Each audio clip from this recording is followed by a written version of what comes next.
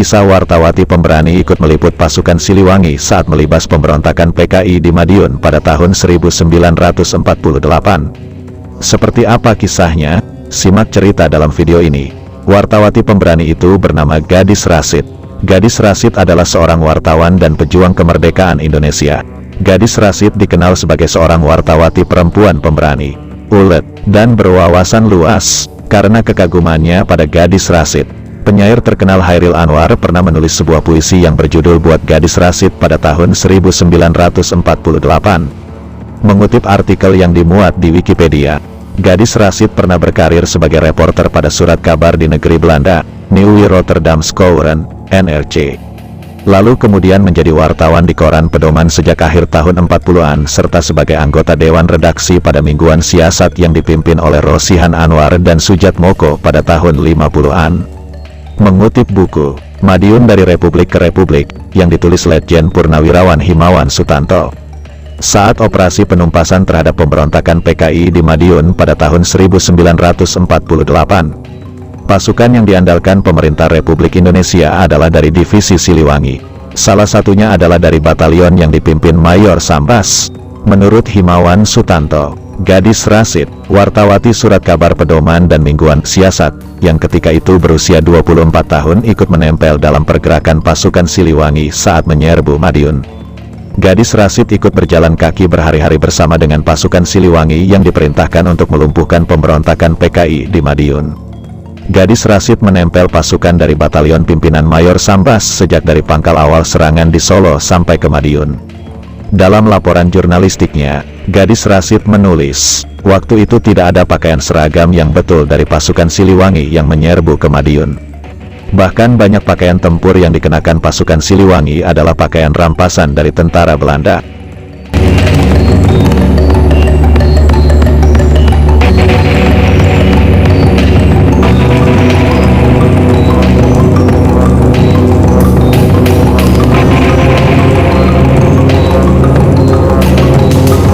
Tidak hanya itu, kata Gadis Rasid, banyak prajurit tidak bersepatu, bahkan banyak yang nyeker alias bertelanjang kaki. Penutup kepala pun diimprovisasikan. Yang paling hebat, pasukan Siliwangi ini hampir tidak mempunyai alat komunikasi. Pesawat radio pun menurut Gadis Rasid, praktis tidak dimiliki, hampir tidak ada kendaraan. Pasukan Siliwangi yang menyerbu ke Madiun dari Solo semuanya berjalan kaki. Itulah sebabnya operasi ini memakan waktu 5 hari. Dihitung dari Surakarta, jadi ini bukanlah gerakan militer seperti invasi Normandia. Dalam Perang Dunia Kedua ketika sekutu melancarkan ofensif balasan memusnahkan Hitler, tulis Gadis Rasid. Operasi penyerbuan pasukan Siliwangi ke Madiun. Lanjut Gadis Rasid juga tidak dapat disamakan dengan operasi Jenderal Montgomery di pesisir Afrika Utara ketika menghancurkan Korps Afrika Jerman yang dipimpin oleh Jenderal Erwin Rommel. Lain sekali mengingat kembali kejadian-kejadian selama mengikuti operasi jalan kaki dari Solo ke Tawangmangu. Kata Gadis Rasid dalam laporan jurnalistiknya, pasukan Siliwangi yang menyerbu ke Madiun dengan berjalan kaki, naik gunung ke Cemoro Sewu, kemudian turun ke Sarangan, melalui Magetan, sementara sebagian pasukan lainnya menuju Maospati, kemudian ke selatan dan timur melalui pembantaian korban komunis di Gorang Gareng, belok ke utara lagi, dan akhirnya masuk kota Madiun dari selatan. Saya menggelengkan kepala dan ketawa. Selama 5 hari 5 malam bergerak itu, pasukan Kian Santang tidak melayani tembakan-tembakan perlawanan musuh apalagi yang dari belakang. Kalau dilayani, akan terhambat kita mah, kata Sambas, tulis Gadis Rasid dalam laporan jurnalistiknya. Pasukan Siliwangi pimpinan Sambas ini terus berjalan. Ketika tiba di Pagotan, kompi di bawah pimpinan Kapten Mursyid yang bergerak di depan, mendapat perlawanan dari pabrik gula Pagotan. Tapi perlawanan itu berhasil disapu. Ketika iseng-iseng memeriksa stasiun kereta api yang sudah sepi, tiba-tiba telepon di stasiun itu berdering. Ternyata dari Madiun, menanyakan apakah Pagotan aman, apakah Siliwangi sudah datang.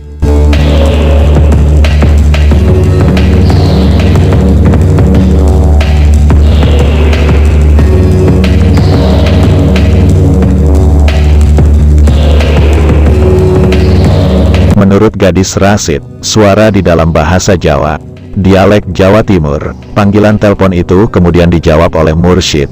Aman, Siliwangi masih jauh, kata Mursyid. sambil meletakkan gagang telepon. Setelah itu Mursyid menggerutu. "Hati-hati lo, entar gua tangkap," kata Mursyid. Esoknya pasukan Siliwangi kembali bergerak menuju Uteran dan menyiapkan beberapa dokar untuk dipakai bergerak ke Madiun. Rakyat dengan ikhlas memberi bantuan dokar-dokarnya, sedangkan senjata-senjata berat dan peluru-pelurunya diangkut memakai cikar-cikar rakyat. Menjelang masuk Madiun, menurut Gadis Rasid dalam laporan jurnalistiknya, dokar-dokar ditinggal di jalan. Selanjutnya kompi pasukan pimpinan Mursyid masuk tepat di alun-alun kota. Akhirnya seluruh pasukan dari Batalion Kian Santang pimpinan Mayor Sambas berhasil sampai di Madiun. Pasukan Siliwangi ini berhasil masuk Madiun 2 hari lebih cepat dari rencana, yakni memasuki Madiun pada tanggal 30 September tahun 1948 pukul 16.45. Karena Madiun jatuh ke tangan pasukan Siliwangi. Selanjutnya, pasukan-pasukan PKI pimpinan Djoko Suyono mengundurkan diri dari Madiun tanpa melakukan perlawanan. Pasukan PKI pimpinan Djoko Suyono ini mundur dengan seluruh kekuatannya ke daerah Dungus. Di arah selatan Madiun, daerah Dungus terletak di lereng Gunung Wilis.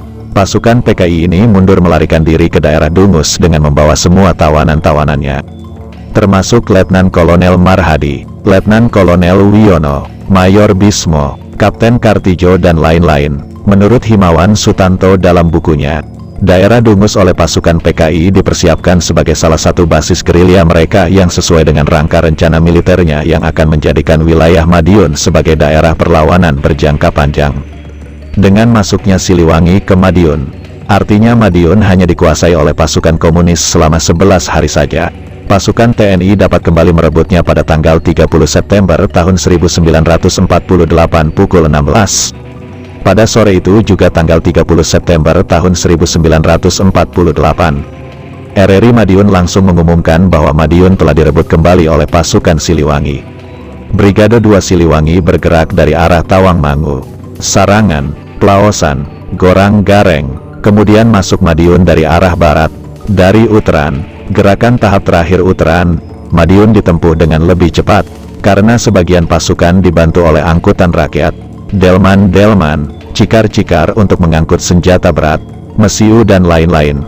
Brigade S atau Brigade Surahmat dari Jawa Timur segera menyusul masuk Madiun dari arah timur.